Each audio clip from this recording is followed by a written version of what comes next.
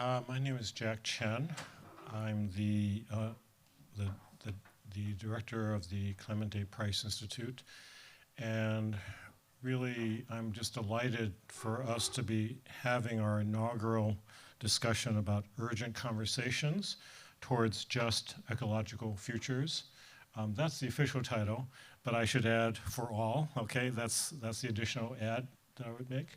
And I want to thank Dean Eatman and the whole HLOC community for having us in your beautiful space. Congratulations, Dean Eatman. This has taken a long time to reach this point, so congratulations. It's a major, major effort. And I also wanted to acknowledge that when you're coming up, you might have seen an image in the window. If you didn't see it, go back. When you go down, you'll see it from the inside, but also from the outside. And also, there's this fantastic quote. And there's quotes throughout the building, and those have been curated by one of our HLOC students, Anna Monteiro, who, yes, right? Yeah, many of you know her. She's fantastic. And you'll notice the word decolonize, and decolonizing is throughout a lot of these quotes. Right here, it's decolonize institutions, decolonize Newark. But I think the most powerful quote is really downstairs. How can we honor the histories and stories of those who have been forcibly displaced? And the image that you'll see in the window is a simulation done by Eric Sanderson, who spent 25 years, 30 years developing a massive database as a landscape ecologist about what the likely flora and fauna of Manhattan and now the 5 boroughs have been, and reconstructing the original shoreline. And what we have there is the active research that informs the historical imagination in a way that both the image and the quote, I think, are terribly important. And that's really what we're here about. We're here about trying to grapple with the profound challenges that are immediately ahead of us. The scientists are talking about really 6 years or 6 years and maybe 295 days. I haven't looked at the clock lately, in which we have that time to get down to zero, which we're not going to make,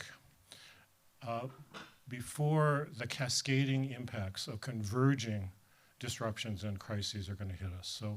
So that is there. But in some ways, it's like all of these situations that are happening now, where it's like a slow motion event. It's a beautiful day today. We can't imagine that's going to happen. But at the same time, I think we know from just the past few years and just seeing the increase of events, in fact, the pandemic itself, are beginning to converge and beginning to have an impact. And of course, that impact is disproportionately weighing on those who have been historically in the least position to make choices about where they live, what they're eating, their access to good, clean air, healthy. So it's affecting lots of areas, oftentimes unexpectedly. And then what choices do people have to shift, to move out? Of course, we hear about climate migrants as if those are only the people who are coming from the outside and trying to get into this country. But of course, we know that the climate migration is happening in all ways, and that wealthy people who are migrating and moving also are climate migrants. And really what this is saying is that there's a profound reorganization and kind of re-terraforming of the lands and places we take for granted, and places that we think of as our homes, and places that we think of as places we're from. So part of what we're doing in this series, Urgent Conversations, is to say we can't assume that the traditional university and the traditional way that society and culture is organized is sufficient, and that we have to be able to cross the silos, so that just because one is a major in earth and environmental sciences, a very good program here, that's not enough for the university or for us to be able to grapple with this question. We have to be able to cross those silos, bridge them, and work together as a larger society, as an anchor institution in Newark, but also the larger region, and really grapple with how we can deal with this together. Now, it's my feeling that we as a university need to be all working together and really grappling with this question together. You know, I think we have to get there, but I'm afraid by the time we get there, it may take too many years, that we lose too much time. But I know that there are changes happening. There are changes happening outside of the academic institutions. There are also profound changes happening within networks of folks within academic institutions. So today's discussion is really the first of these urgent conversations. We're going to have another one in November on water. And of course, we all know water is like one of those fundamental questions, but today it's going to be a little more historical, and it's going to be a little more about not just the recent past or what we tend to think of as industrialization as the reason why the Passaic River is so polluted, but it's also about the deep ecological, the deep colonial history that remains unresolved to this day. So in fact, Anna's question about decolonizing institutions, decolonizing Newark also demands us to really rethink, what do we think the history of Newark is all about? Who founded Newark?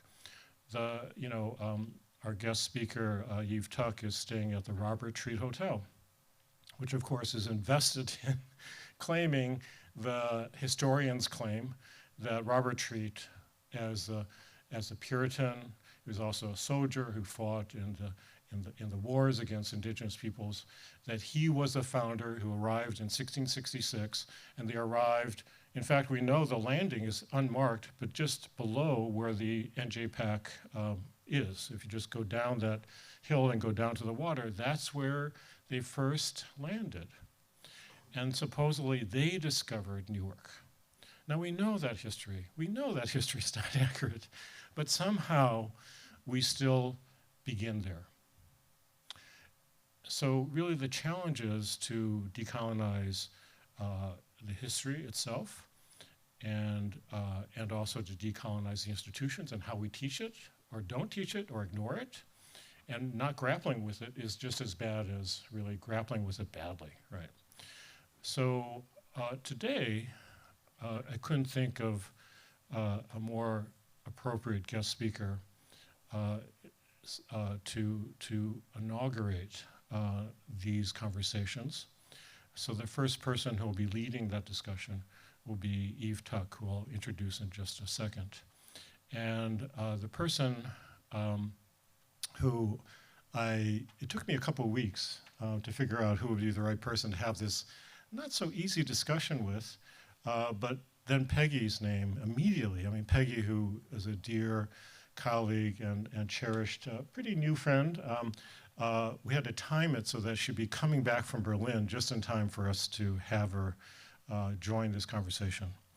And I would just say maybe a couple of things, which is that as Dean Eatman knows, and many of the people who are part of HLOC know, that we're on sacred ground. We're in sacred ground in multiple ways.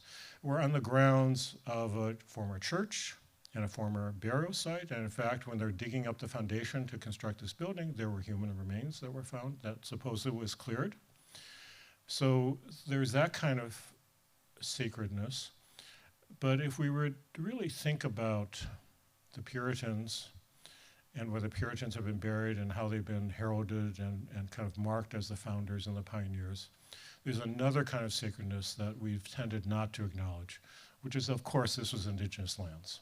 And in fact, what we probably know now is that these are maize fields in which 3 sisters were grown around here. The primary settlement, which oftentimes would move during the seasons of the year, was up by Patterson, Fair Lawn. In fact, there's still the oldest existing human-made structure in the region. That's the fish weir that's in the river itself. Why haven't we really been studying that? Is another question of institutional exclusion. But also, what we tend not to acknowledge is the linkage between the enslavement experience and the dispossession of lands. We can go into that, and I'm hoping we'll touch on that a bit. But these questions are fundamental questions about not just who was here and who succeeded who and where people are buried, but in fact, a deeper philosophical kind of question is really being raised that is fundamental to where we're at now in the crisis that is kind of slowly unfolding but rapidly happening, which is really what are human being relationships to nature itself. And in some ways, that colonization moment also marked that huge breach in the connection between the human beings who are here, the people, the Lenapehoek peoples who are here, who called themselves the people, but they weren't calling themselves the people in some anthropocentric way. They're saying, we are the people, and we're also amongst all the other living things that are here. So we just happen to be the human beings who are, here also as well. And that notion of all our relationships, all our relations, is something that, of course, is not a part of the way we tend to think of our lives today, especially when trees get cut down and turned into things, and plastics, which are the products of the ancient forests and ancient creatures, get turned into things and turned into plastic. So what can we do to reconstruct and recontextualize our understanding and our feeling of connection to that deeper past and to those deeper relationships that are actually still simultaneous to how we live and work today? So without going further, I mean, I can get into this, so my apologies, but I feel like this is really what has informed and framed what we're trying to do, and how we're going to just continue these crossing the silo discussions until we can actually build up enough of a movement to begin to change our institutions and begin to decolonize Newark and to work with teachers who are here and other folks in that process, which has to be done with lots of people being involved. So let me introduce Eve Tuck, who many of you know, but I'll just say a few words about her, not so much reading the biography that's online, but just to say these following things. On this beautiful, crisp fall day, as we approach the changing colors of trees, or what Chief Reggie Cesar has taught me that we should call them one-leggeds, that we two-leggeds are lucky and honored to get even more brilliance from two shimmering learning by doing practitioners of participatory action research. Eve Tuck will open and will soon be joined by Peggy King Jorde. You'll be able to Google Eve Tuck's biography, but I simply wanted to say that she's a prolific practitioner who seeks to do what she believes. She is prolific, yet likes to hold space for slowing down and paying more attention to care fully, to tell more powerful dialogical stories which generate more human agency, especially youth and youthful action. Action that, like the ancient trees that used to populate the spaces we now occupy in this here and now, action that is also deeply informed by just relations with all our relations and just relations with each other. She collaborates with one of my favorite and most respected philosophers, Linda Tuhiwai Smith, Maori of Aotearoa, New Zealand, to specify ever more clearly what decolonizing methodologies can do and must do. And collaborating also with another sparkling human being, Kay Wayne Yang, or also known as La Paperson, who graced our Hacking the University Zoom conference in the fall of 2020. Professor Tuck, with care and clarity, has us pay attention to understand what land education is about, not a quick rally slogan, there's a place for that, but a way of thinking, understanding, and practicing in the here and today about how to deeply grok, that's a technical term, grok, this living land of sovereign life, all life, present, past, and future, that obviously we occupy. So it's my happy privilege to be introducing Eve Tuck. And let me also introduce Peggy King Jorde, so that as we'll be able to more quickly flow into the conversation as it develops from Eve's comments. Last time I was with Peggy was a chilly, breezy, very sunny day, just behind the Liberty State Science Center, adjacent to Liberty State Park. It was February this past, 2022. I remember that date because we were commemorating the Pavonia Massacre. Now, I don't know how many of you actually have heard of the Pavonia Massacre, but it's one of the most important things that have happened in our region. But it's not acknowledged generally. Now, there's a parking lot for a light rail station, and of course, there's a quick development that's happening at the park, at the science center, and a tech center is emerging from there. But it's really the site in which Dutch soldiers from the fort in New Amsterdam had gotten across the Hudson River and in the middle of the night massacred communities, many communities of Munsee-speaking, Algonquin-speaking peoples who were encamped there for shelter. Now, we've been able to now locate what's likely to be the site, but that hasn't been acknowledged. It's not marked by a historical marker. It's really a parking lot. But it shouldn't be, and of course it needs to be a sacred site. But Peggy was there joining us at my invitation. It was so meaningful for me for her to have been there with us because her work is deeply connected to this as well.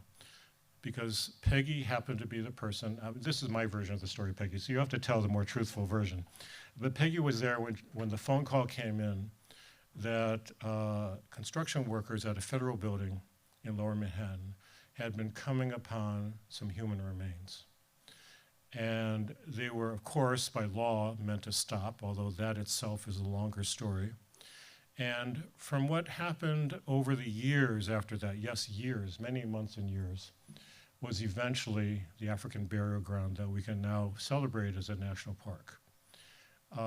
Any historian would have shown you that there are maps readily available online, that there is a burial ground there, an African burial ground there.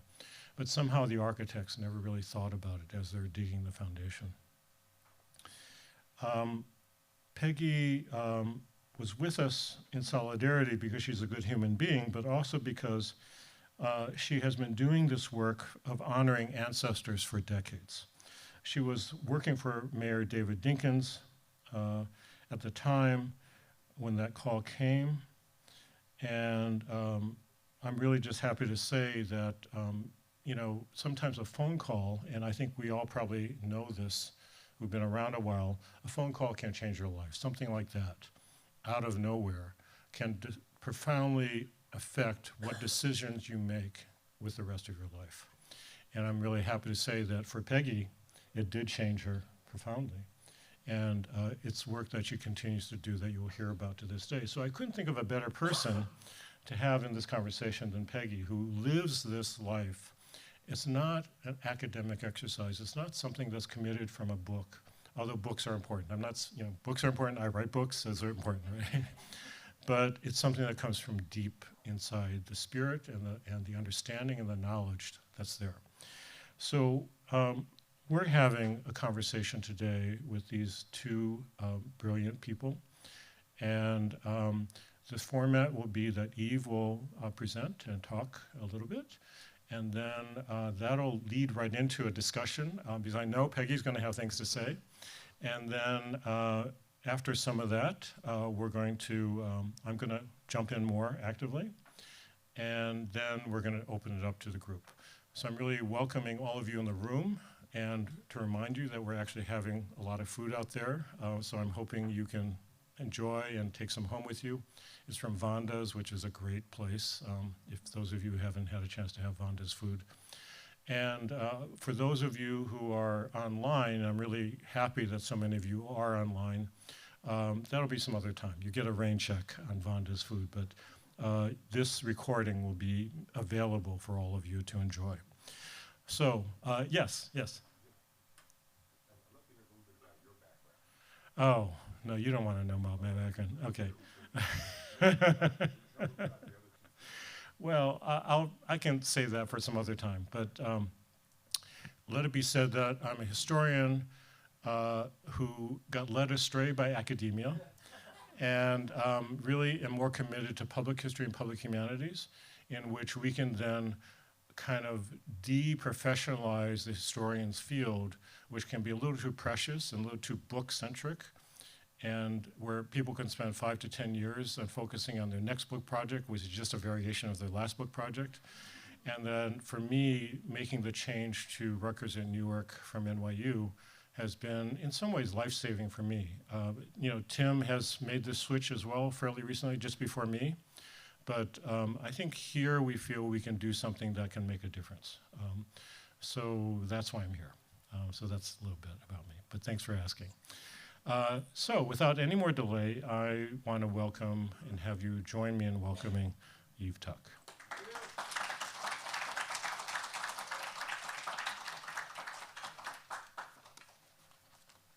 Ang, Eve Tuck Esta Cooking. It's really good to be with you this afternoon. I've been in Newark and in Manhattan for the last week, and today it was so good to spend time with Chief Mann, who welcomed us to this territory and spent time teaching us about what land relationships look like here. And I'm so grateful to Jack Chen and to all of the colleagues at the Price Institute, including Kava and Claudia and Honey. And also it's been wonderful to reconnect with Dean Eaton. And Vonda's food is so delicious. I've already spent some time snacking, and so it's just been such an abundant, welcoming, and hosting experience that I've had here. And it's just been so special to spend time with the Price Institute. And so in preparing for today, the slide title is A Conversation on/to Decolonizing Place, because we can think of conversations that we have that are on something. We can have conversations with something. And then also with Decolonizing Place, we are decolonizing place with place itself. We're not the only ones who are committed to that project of decolonization. We have a lot of company. So I took some time to learn more about Dr. Price.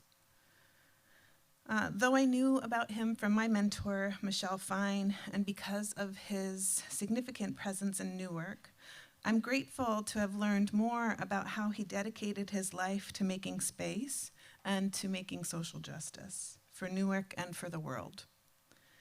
As we talk today about the work of community organizations to bring about meaningful relations to lands and waters and communities, it seems fitting to do that at the Price Institute in a city that Dr. Price loved as a community and as a place very, very much. Because the Price Institute is such a special place, because this is a Friday, because we are still getting used to being together after so many years apart, I thought to spend the space of these remarks to talk to you, to talk to new friend, Peggy King Jorde, and to talk with Jack about my very favorite work. This is the work that I consider to be my most important, and the work that I would do even if I were not a scholar. And this is the Land Relationship Super Collective. There is probably not a more important noun or verb or scale or politic in my work and life than the collective.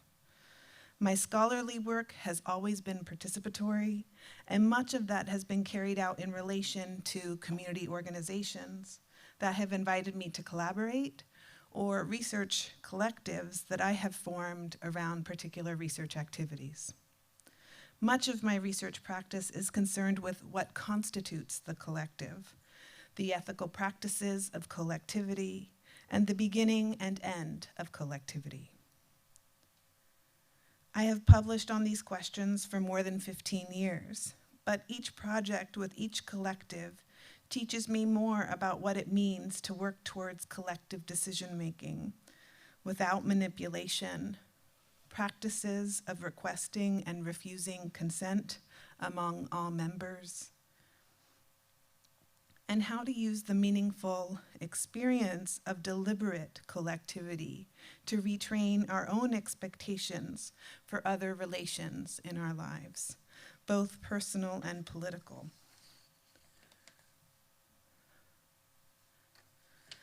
So this is kind of interesting to think about with your work, Peggy. Elsewhere, I have called this experience one of bone-deep participation, referring to the experience of, often for the first time in our lives, creating for ourselves a workspace or the working conditions in which our decision-making was aligned with our values, and the questions we ask are fitted with our epistemologies. I have been profoundly changed by the experience of struggle and possibility that is inherent in figuring out how to create within a working space exactly that which has otherwise been systematically denied to us.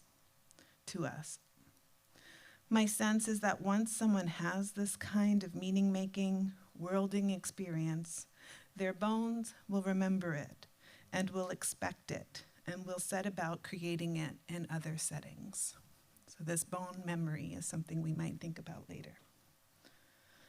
With my frequent collaborator, K. Wayne Yang, who's a professor at UC San Diego, I've thought carefully about contingent collaboration as an important ethic of collectivity. Wayne and I first wrote about this in our article, Decolonization is Not a Metaphor, and there's other parts of that that have circulated and that people spend a lot of time thinking about. But for me, contingent collaboration is the touchstone concept that is threaded throughout my work. I see contingent collaborations as offering an alternate set of expectations of relationality than solidarity or allyship. Yang and I have argued that contingent collaborations require an ethic of incommensurability that recognizes what is distinct and sovereign between various projects of social justice or social movements. There may be parts of our social movements that cannot be aligned or cannot be mapped onto each other. And those incommensurabilities are important, not something to be covered over.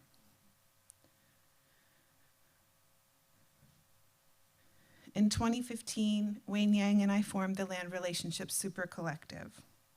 We had the idea to create the Super Collective, which is a collective of collectives, because we were in close collaboration with 5 different community organizations, and we wanted them to meet and know each other. The unifying factor for all of these collectives is that they are working to rematriate relationships to lands and waters. Some are working to literally have land returned to the stewardship of Indigenous peoples. Others are working to reframe the ways that relationships to land are understood and articulated. In our earlier experience, or in our earlier research, we built on the work of theorist Frantz Fanon to argue that colonization and decolonization are always specific to place and time. So this means that colonization looks different in different places, but then also that decolonization will look different in different places, and that's both because of the history of colonization there and how it unfolded, and the relations that became broken, but also because place requires us to think with specificity about the decolonization that lands and waters require. This led us to conclude that decolonization in places like Canada and the United States must involve the return of land to Indigenous communities. We also found that there is need to center Indigenous theorizations of decolonization within approaches to social justice.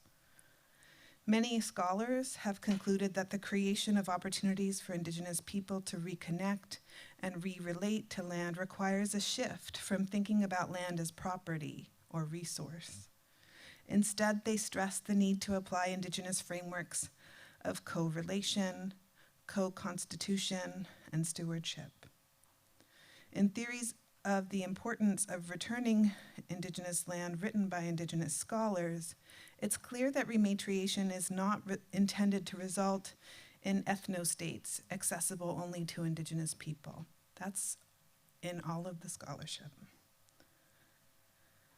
Scholars cite the long history of inclusive and diverse societies established by Indigenous peoples, the thousands of years before settlers came to North America, and the hundreds of years of living alongside other non-Indigenous occupants.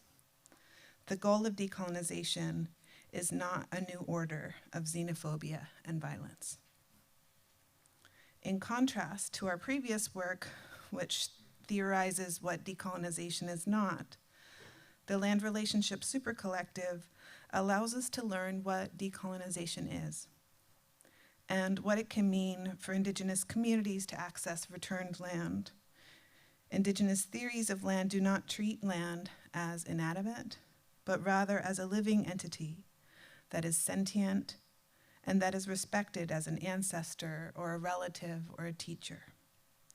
The process of coming back into relation with land after many generations of separation is gonna have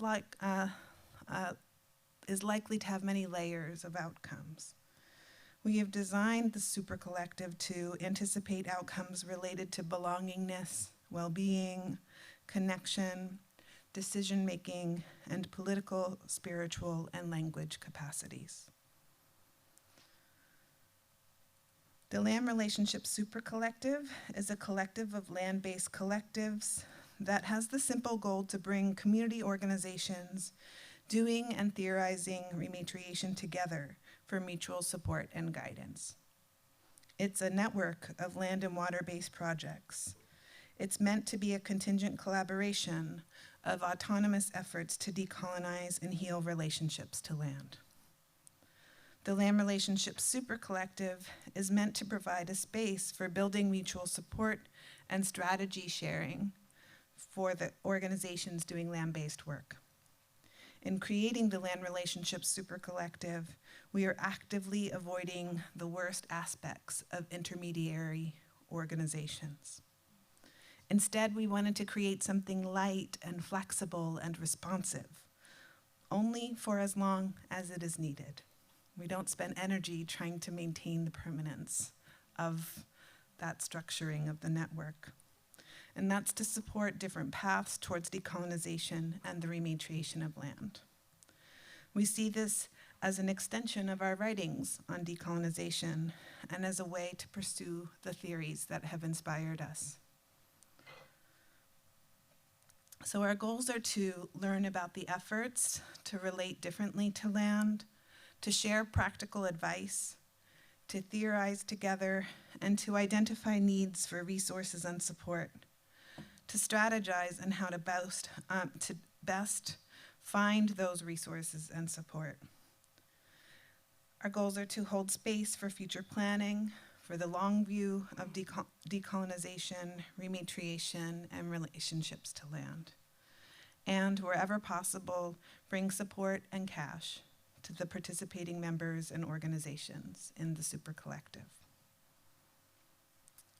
So, these are the organizations in the Land Relationship Supercollective.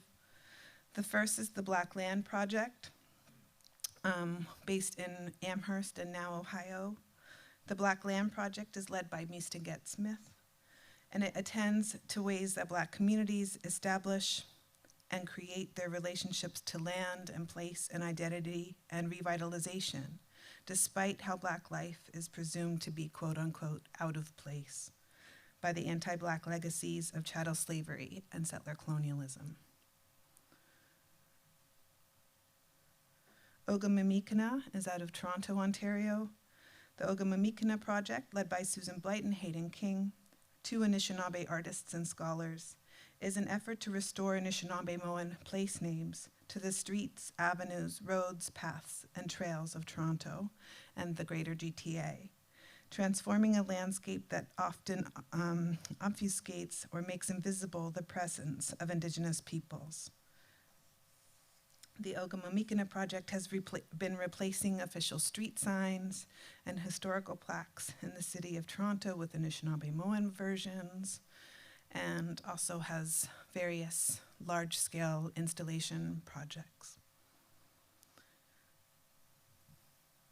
The Underground Center in Segurate, New York, is directed by Cassandra Taylor and Chase Randall, a Black woman and white man, that leads numerous environmental stewardship projects, including converting conventional garden and small farms into organic farms, the creation of a community organic food pantry, retrofitting schools and public spaces to be accessible, using reused and recycled building material remnants, and reviving use of unpowered tools in building dwellings and caring for land.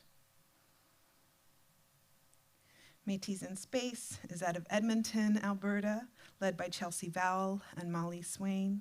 This was initially founded as a media group. They have made a widely subscribed podcast by the same name since 2014, taking on such topics as the future of climate change, the collapse of the nation state, and Indigenous resurgence in reshaping governance systems, and in healing planetary destruction. Metis in Space recently had a successful fundraiser in which they found a sugar settler that has allowed them to purchase land in their own homelands. Segurate Land Trust is an organization led by Karina Gould and Janella LaRose, an urban Indigenous women in Ohlone homelands in the San Francisco Bay Area. Segurate Land Trust is devoted to Indigenous sovereignty, the return of Indigenous land to Indigenous peoples, and educating others on the history and presence of Indigenous peoples in the Bay Area. So those are the 5 organizations in the Land Relationship Super Collective. So we formed the Super Collective in 2015, but our relations with the people in the collectives began earlier than that. So I began collaborating with the Black Land Project in 2011. At the time, Meeston Get Smith was conducting interviews with members of Black communities that were part of the Great Migration about their relationships to place and land as Black people and as people living in the afterlife of slavery, and as people with long histories and futures in these lands.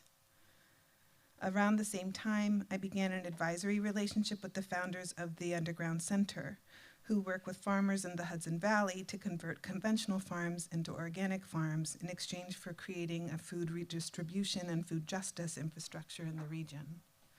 They run a youth program and use environmentally conscious carpentry skills to create accessible public spaces and classrooms and tiny houses. Yang and I have worked with the Segurate Land Trust since 2013. Segurate has engaged in dozens of land rematriation projects across the Bay Area over the past 20 years. We began working with Oga Mamikina in 2015. Again, Oga Mamikina is an art-based collective that uses imagery and text to reclaim space across Anishinaabe territory, shared with Haudenosaunee territory, redirecting those who interact with their work to consider what it means to be a good guest and what it means to be in good relation. Finally, I began to collaborate with Metis in Space in 2016 when Chelsea Vowell supported me in a class assignment to create a podcast that is now called The Henceforward, which I create with graduate students at the Ontario Institute for Studies in Education. Amid all of these collaborations, Wayne and I have had a strong desire to move from being the center hub of all these relationships and find a way to bring these compelling and fierce organizations together and into relationship with one another.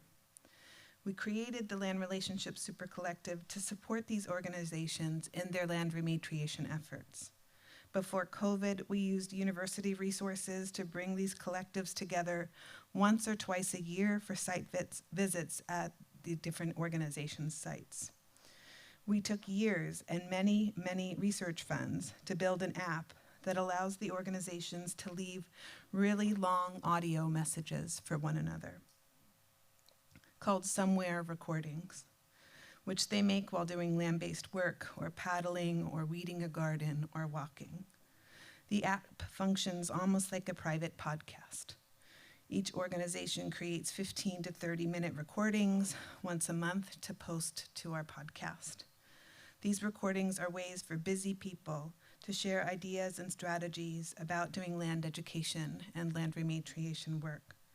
These recordings are made by the collectives with the intention of sharing stories, sharing technicalities about approach and land-based work, making hand tools for clearing invasive plant species, for example, and gaining support to grow and sustain their work.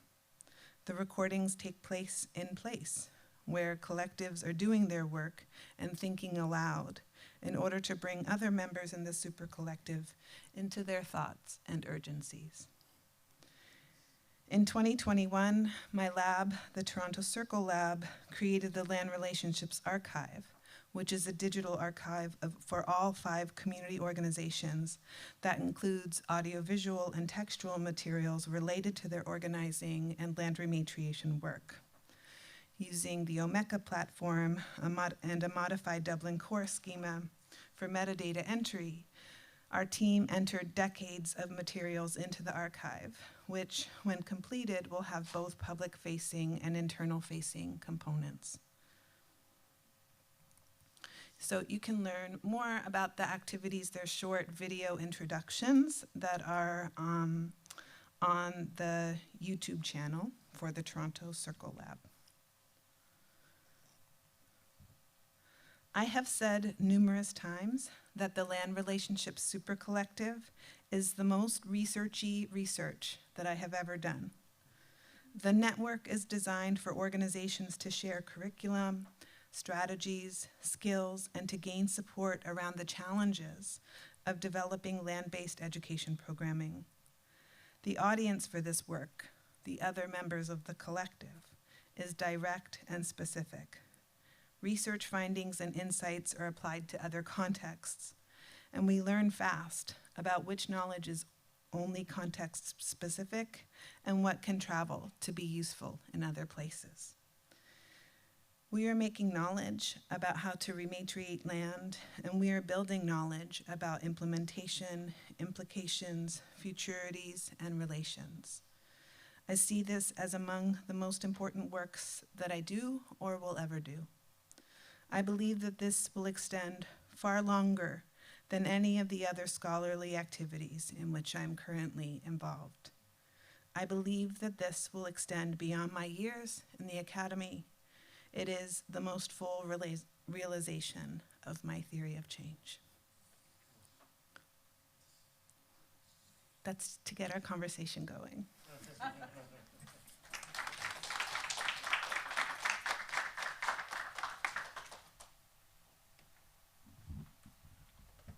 Wow.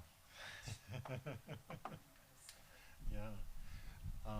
Peggy, is there something you want to just kind of jump in on? Yeah, just my initial reaction. First of all, thank you so much for having me here. I was just saying that I was in London doing a screening and talkbacks, and then followed by Berlin at the Human Rights Film Festival, and met a lot of incredible people who were doing incredible things. And here again, I am here in Newark, and in the presence of someone who's doing work that spiritually is so aligned with what I do, and yet so multifaceted in what you're doing. What comes to mind for me is something that I started doing with the National Park Service, which is an ancestors feast at the African Burial Ground, the U.S.'s first national memorial that honors enslaved people. And when that memorial was designed, there's an outdoor memorial, and then the building, which sits on the site, which displaced over 400 remains. There are artworks, public artworks inside the building, and the building was meant to be accessible by the public at any time, to be able to come, sit, and commune with the ancestors and remember exactly where you are in that space. Well, with all of the security, it really is intimidating and doesn't happen. So I did present to the National Park Service. I proposed to them to have or host an ancestors feast where we would occupy the atrium of the building, the center of the building, and for at least one evening break bread together with other memory workers, archaeologists, historians, academicians, people of all kinds of background to actually, I mean, you have this super collective, and that was, this is the beginning of our super collective of people who impact or support the preservation of sites like the African burial ground. So this is really, I'm learning from you, and there's so much of what you are already doing where there are other projects need to get for burial grounds. Just to give everybody a some background on what I do, I was working in the Mayor's Office of Construction under David Dinkins when the African burial ground, an environmental impact statement, happened across my desk, which had a map saying Negroes burying ground. So the United States government paid professionals, historians, and professionals to research and tell them how that land was being used. So they used your public dollars to tell them how it was used, and then they ignored it. And so with that, for me, have someone who had studied architecture, design was great, construction was great for the city of New York, to suddenly see a site that potentially builders, designers should see this of value, something that would inform the spaces that they intended to sort of develop at that site, for it not to move them in any way, totally caused me to pivot the work that I had decided to do. And it began to redefine the work that I was doing. You know, whose story is more important?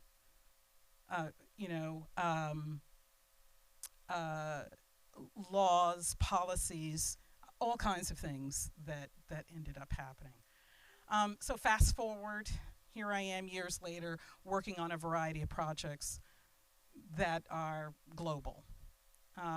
And just to sort of set the stage, I'm currently working on a project in the South Atlantic on the island of St. Helena, which is a UK territory.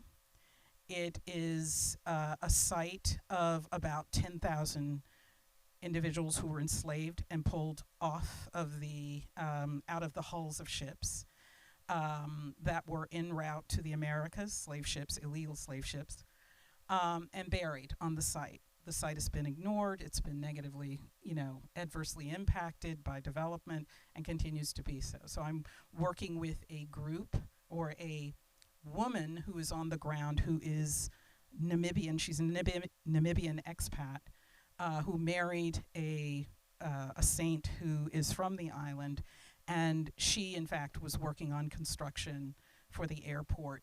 And similarly, 30 years later, than with me working on the African burial ground in New York, she was working on that site. So I'm working with her and that community, and we have a documentary film that that premiered at Tribeca Film Festival in June about this story. And then closer to home, there is a site in northern Manhattan in Inwood, which Jack had an opportunity to participate in a and basically a community engagement, virtual community engagement about the site.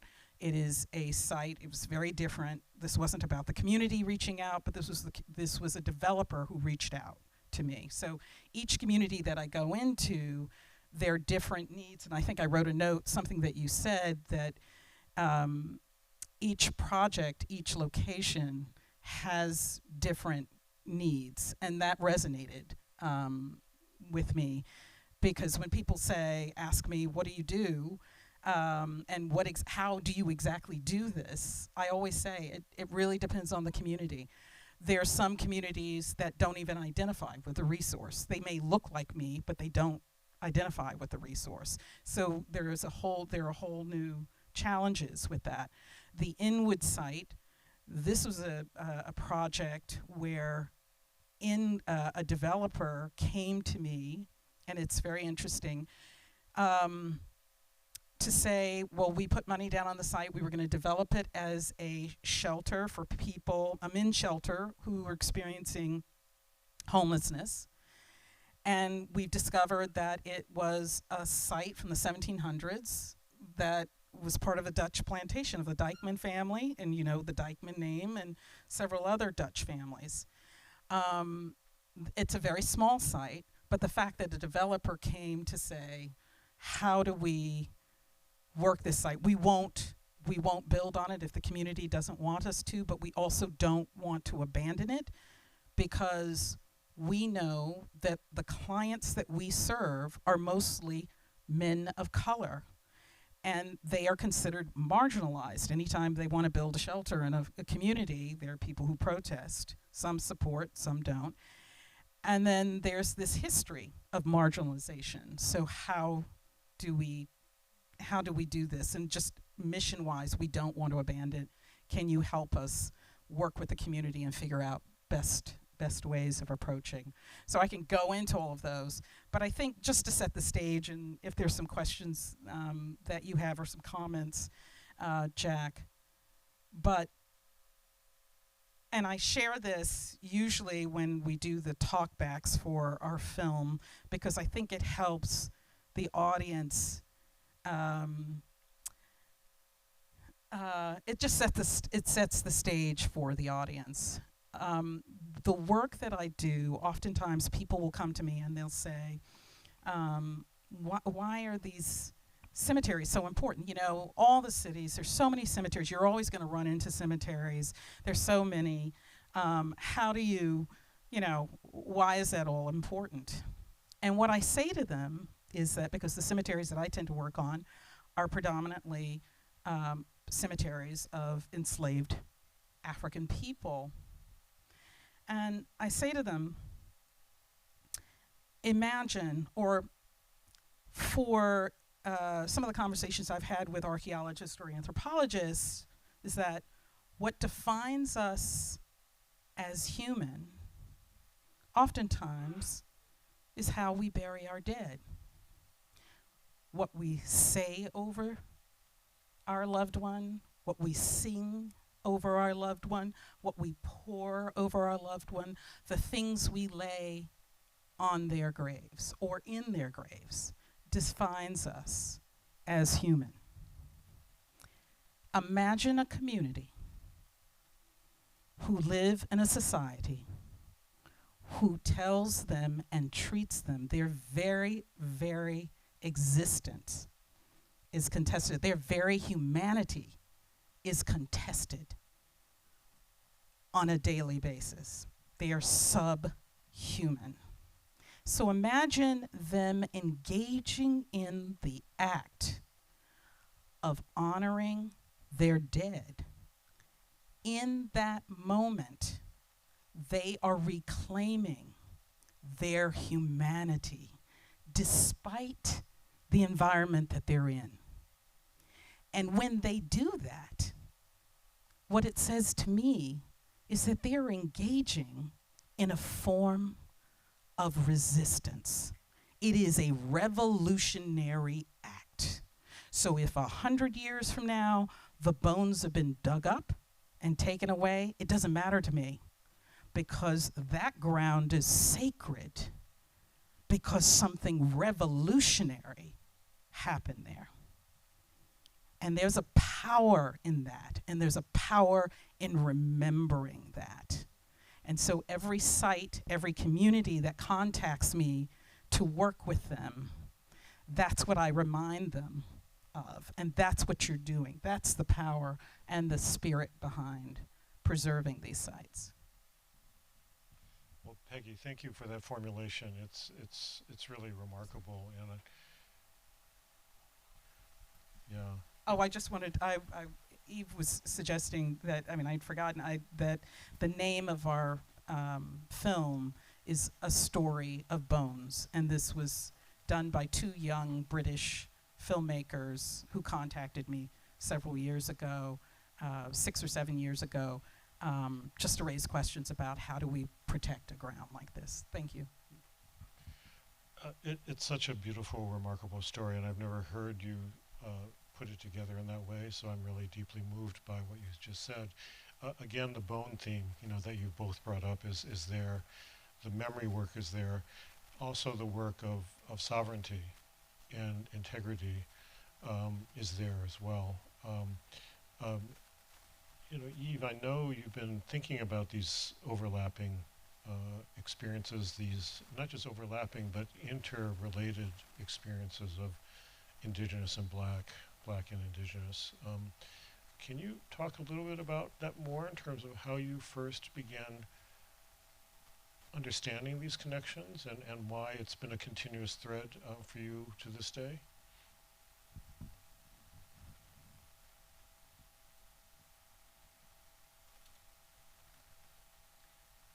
I could tell the story at the beginning of that in so many different ways. I could think about as an undergraduate student going to a university where I didn't have access to Indigenous studies courses, and so instead I did work in Caribbean studies. And as a person whose Indigenous family is from an island, it made a lot of sense to be reading work that is talking about flows of water and connections between lands and waters.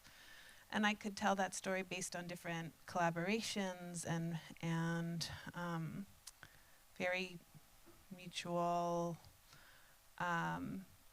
learnings that happened along with particular people. But I don't know that I'm always excellent at, as a person whose family is both white and Indigenous. I also grew up in this same anti-Black society, and so I think in some ways I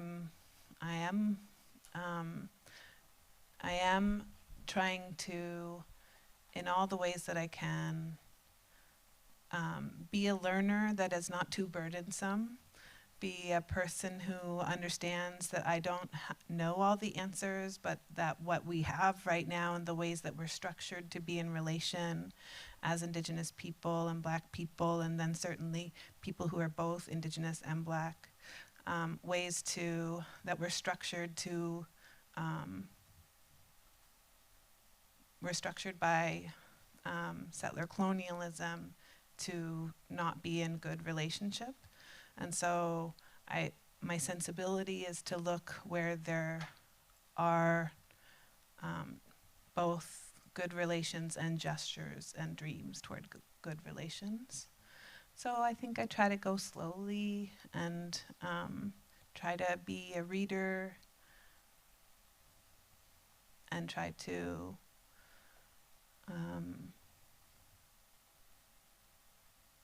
just move slowly. I think my biggest lesson has to try really hard not to make comparisons or draw parallels, even though there are so many connections. But I think we can be more textured in those connections than drawing a comparison or saying, well, this also happened, or this is even necessarily what was happening at the same time, or this is similar to this. And so I've tried to think with some of my co-authors and also thinking about this inside the Land Relationships Super Collective, which is purposefully includes organizations that are led by Black people, to think about what does it mean to have shared histories and understand them not in a comparative way, but in a proximal way, like because of shared relationships to place. That's actually why we're in relation. So it's not abstract or intellectual in that way. It's actually a lived, embodied experience that you have to kind of try to unpack, sort out. How would you describe it?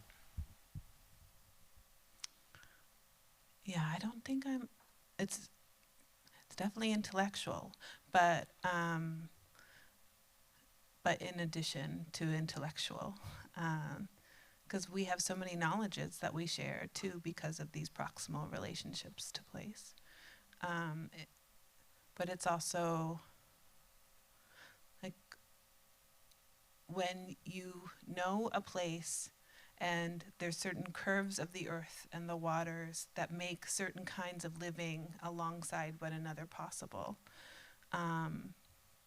The specificities of that place teach us a lot about how people were in relation, are in relation, and can be in relation in the future. And that is a kind of simultaneous, deliberate thought that we are experiencing climate crisis and that we have very, very long futures as Black and Indigenous people. I hold both of these to be simultaneously true. And so that actually guides a lot of the decisions that I make in my work and how I spend time.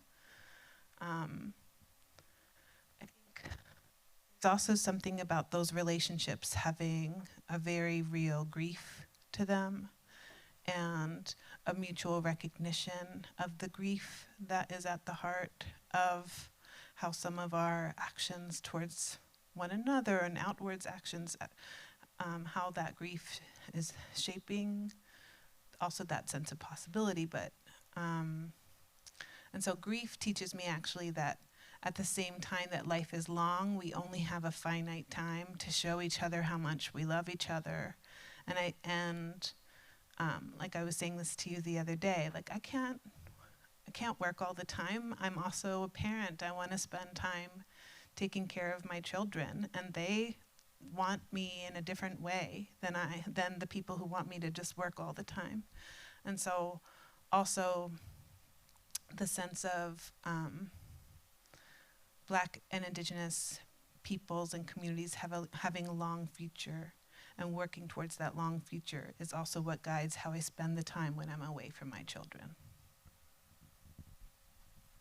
When you talk about long future, I mean, can you explain that a bit? When you're saying, what do you? I guess it's like settler colonialism, of course, has felt very, very long, but my hope is that it's a blip.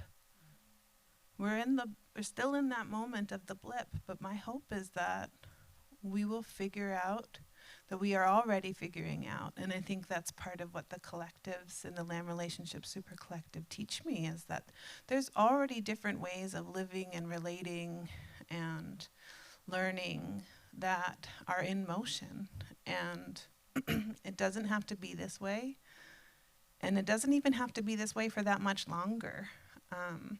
And that's why thinking about our theories of change and how incremental, like everybody wants us to have an incremental way. How are we gradually going to change the way that the world works? But actually there's some things that are quite dramatic that could make some important shifts that make the future much, much longer. When you talk about shifts and a long future and also slowing down, in some ways I'm always struck by, it's almost like a physics you're talking about. It's a philosophy and a physics. And I'm wondering if Adrienne Marie Brown's work were in emergent strategies is something that you're familiar with. I assume you are, and she very much talks about kind of fractal organizing and something about beauty, and when you talk about leaving time for your family and joy and raising children, there's something about all that that is both kind of a physics and a way of understanding maybe the world in a way that's different than perhaps the progress or success narrative. So I don't know if you could elaborate on that. I'm just also wondering, Peggy, if that also is resonant as you've come more and more in touch with African thinking and philosophy, if there's something there that also is deeply embedded. So, you know, yeah, maybe first and then Peggy.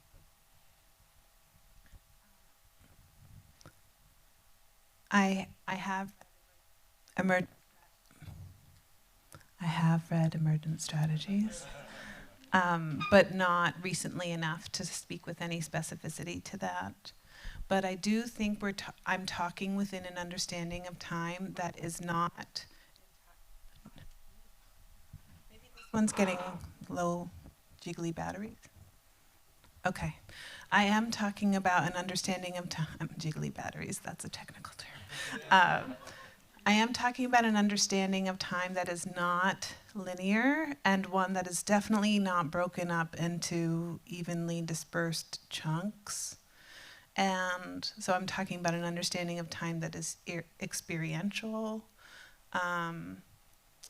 one that attends to experience rather than only an outwardly enforced version of time, one that is definitely goes in flows and in cycles so that it can still, and I'm talking about a time that is imbued with a sense of presence and presencing as being important rather than the structuring of time that has its own presence. And so it's a collision of worlds that we're living in here. And certainly if we're wanting to think about colonial invasion on indigenous homelands, that version of time is definitely one of those structuring invasions that is quite confusing, because actually how we experience time and how long a moment can be like at a loved one's bedside and how long it can take to heal from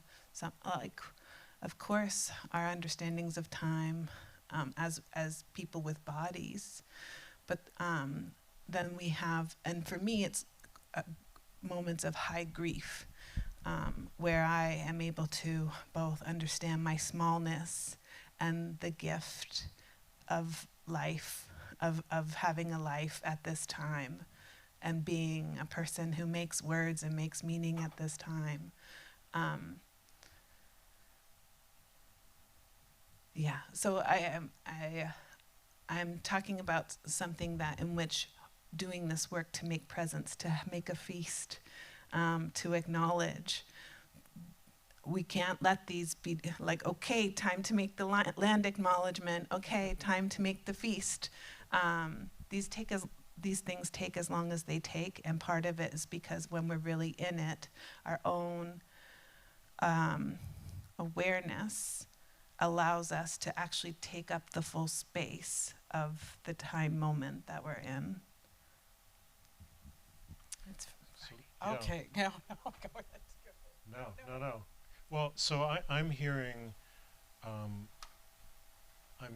deep immersion in which, as you're saying, time is not this linear ticking of the clock, but it's also so much dependent on attention and paying attention and the kind of memory work, Peggy, that you were talking about. Memory work, which in some ways allows us to move through time and reconstruct different moments and meanings and reconnect in different ways. Chinese in America were at first described as pagans, because we paid attention to our ancestors and would have an altar in memory and providing food and kind of that memory work of reconnecting, right, with people who have come before us. And that was always derided by, the Christians, saying, wait, that's just paganism, that's just not the correct spirituality, et cetera, et cetera. But it really has to do with time, doesn't it? I mean, so Peggy, go ahead. Yeah, I can it, see it Peggy's does. eyes like Well, lighting no, up. no, no.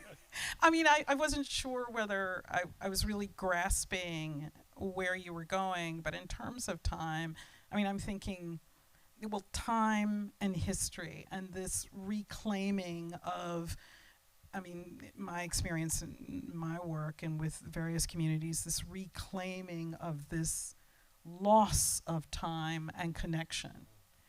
That is always the theme, you know, when people contact me about, you know, we have this burial ground. It always starts with, we have this burial ground, and it's all overgrown. So it starts there. And I think that I sometimes find that I'm walking with various community people through what it actually means, and that's rich and what it really means. It's not. Sometimes I think it starts as, well, New York has an African burial ground, and we heard about, and there, you know, I do these Google alerts, and I get Google alerts all over the country about people rediscovering their burial grounds, and so people start there. But then sometimes they are dealing with these sites in a perfunctory way of like, oh, we got to clear it, we got to do this, and I will say to them, well, if you clear it, make sure, recognize that it was a burial ground. That means that at some point somebody laid some things there. There's some cultural material that may be there. It's not about just cleaning it up and saying you've got this burial ground. And eventually they grow. There's this always this time that's taken for people to really understand the place that this act of reclaiming the site takes in a community, and it, you know, you get in through that linear piece of time, you get resistance by the authorities, resistance by other community members, or adverse impact. So every community is a little bit different, but then, you know, eventually, depending upon how far you get, there's this it's almost this, I mean, this joy of having reclaimed, because these are pieces of land that generally have bones, and it makes it real for people. That history that we talk about, that the colonialism, the you know, social impact to the community, it makes it real. And just as an aside, when the African burial ground in Lower Manhattan was being excavated, there were community members who would come out and say, we don't want those archaeologists' hands on our bones. Don't touch our bones, right? And they should just go right back into the ground. And in the same breath, when I led the memorialization, I would have community members call me or come to me and say, well, when we do the interpretive center, are we going to see the bones? And it sounded weird because, you know, you had people saying, no, keep the bones in the ground, they should be covered up, they shouldn't be handled. But those very same people would say, well, are we going to be able to see the bones? And what I realized is what people were saying is that I still want this to be real, because our history isn't documented the same way as everybody else's. So if I see the bones, then the atrocity that happened to us is real, and it legitimizes it, right? And that's an important, that for me, that was an important observation, because I was just so, it just seems so fickle that people would say, no, no, no, no, don't touch it, they need to be buried, but are we going to see the bones in the interpretive center?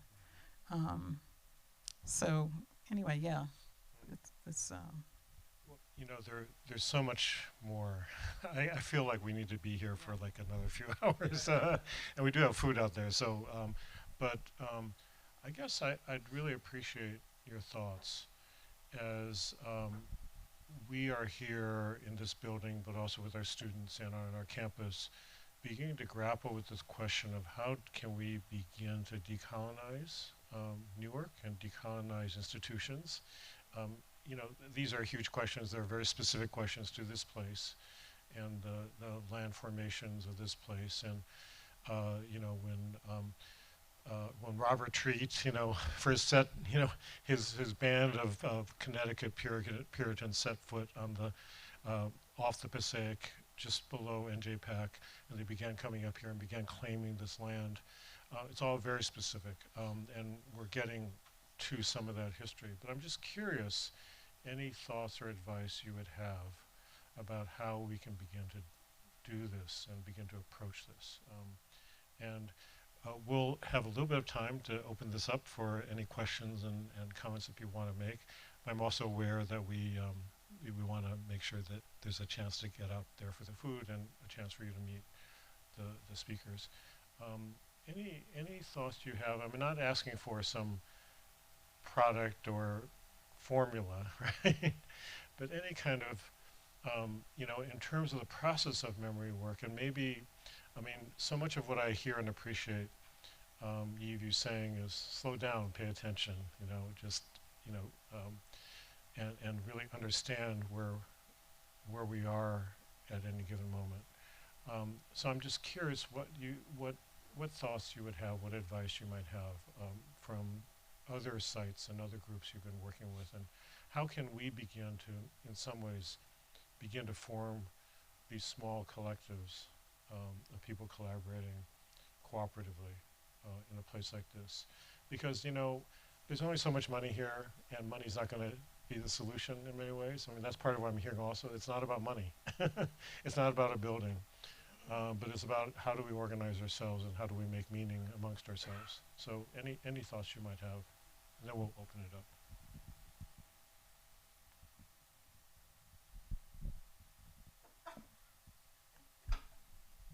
One thing that I'm thinking about as I'm listening to you, Peggy, and how so many people reach out to you now to ask advice and to learn, you know, what are the best practices when you find an African burial ground. And perhaps people are coming to me and saying, well, what are the best practices for decolonization? And the emphasis, though, that there's a specificity to place and every unfolding is going to happen in its own particular way, both because of place and because of time, makes me understand why, and if you're lucky enough to have an old Indigenous person in your life, if you're lucky enough to have an elder, why when you go and ask for advice, they start telling you a story. And that, in some ways, is them refusing to tell you how to do it. They're going to tell you how they did it, or how one of their grandparents did it, or how somebody that they knew a long time ago did it. And I understand that, like, it's frustrating to be a younger person, especially when you feel like you're supposed to go. If you're told that you need to go and talk to so-and-so, or if you have a sense that so-and-so knows how to do this thing, and you go and you, in Anishinaabe territory, you bring your tobacco, or at home you bring some potato chips on the airplane because it's really expensive on St. Paul Island, or you go and you ask in a good way, how should I do this? And they tell you a story. And sometimes it takes a long time to understand how that story was connected to what you thought you were asking. And then a long time later, many mistakes later, you realize actually it's connected to what you should have been asking. And that story clicks into place later. So I think for me, the Land Relationships Super Collective is a way for me to not be the storyteller of other people's stories, but to bring people together to tell those stories. That's not, and I think, you know, I recognize now that our elders doing that are doing that in a refusal of the request to offer advice that's going to apply over a microphone out into the internet, apply everywhere. One hunch here is that there have to have been people here already in Newark who, in the 1980s, 1970s, 1990s were asking questions about how to meaningfully connect to the Black and Indigenous histories of this land. This is a question that every generation has desires around, and so I think that that could be a more recent history to try to learn more about what have been the solidarities already expressed and built and feasted already in this territory. Could be something to think through. I would just add that you were totally on point, and that was my personal experience when I decided to take on some of the challenges of trying to explore what could happen to the site in New York and Lower Manhattan, because the idea of stopping a $400 million federal building, and I'm sitting in the mayor's office construction, was just not one of those things you were going to easily do. But I found that the biggest resource was me going back, because I wasn't from New York, and finding out who's been doing what over the years. And so I would call people, and somebody would tell me to call another person, and you finally get all of these bits of intelligence which help create the bigger picture and move the needle on any project that you do. And also just getting a community to think about what they want to do, thinking creatively. Whenever anybody calls me, they say, well, we got this thing, and I'll say, well, what do you want to do? What place does it have in your community? How important is it? And getting them thinking about it, not being necessarily the answer, but getting them to think about what's important. Thank you. So we're going to leave it there. But I want to thank people who have helped to make this possible. So Randy is our maestro behind the computer console with RUI TV. Thank you, Randy, and the whole crew. Really appreciate your work, and the quality of your work makes it possible for us to broadcast this and share this with many people in the future, as well as the people today. Thank you to Meatman, HLSC, and the whole crew for making this space possible. I also want to thank Chief Mann and Clanmother Picaro Mann, who are not here at the moment, but they were here with us earlier, and they've continued to be a kind of a guiding star and way for us to understand how to proceed with both the Price Institute, my work, but also increasingly, I think, for our campus and many other campuses as well. So we have a colleague from Montclair State University, and they are working with them as well. And just to say thank you for the Price Institute staff, which really makes all this work possible. So thank you, Claudia, thank you, Honey, thank you, Lacey, thank you, Alexandra, and thank you, Crystal Robinson. Thank you all. And just so that, we are thinking about the future, but we're also thinking about our stomachs, okay? So, so there's a lot of great food out there. And please join everybody in having some of this great food from Vonda. So thank you, Vonda, who makes fantastic food. I don't usually eat mac and cheese, but she makes really good mac and cheese, I have to tell you. So please enjoy and take some home with you. And not last, but certainly not least, thank you so much, Peggy Jorde, for this, really wonderful discussion. I just wish we could just sit down and start drinking wine or whatever we want to drink and whatever we want to smoke and just start really talking more, And thank you, Yves Tuck. Thank you so much for being with us.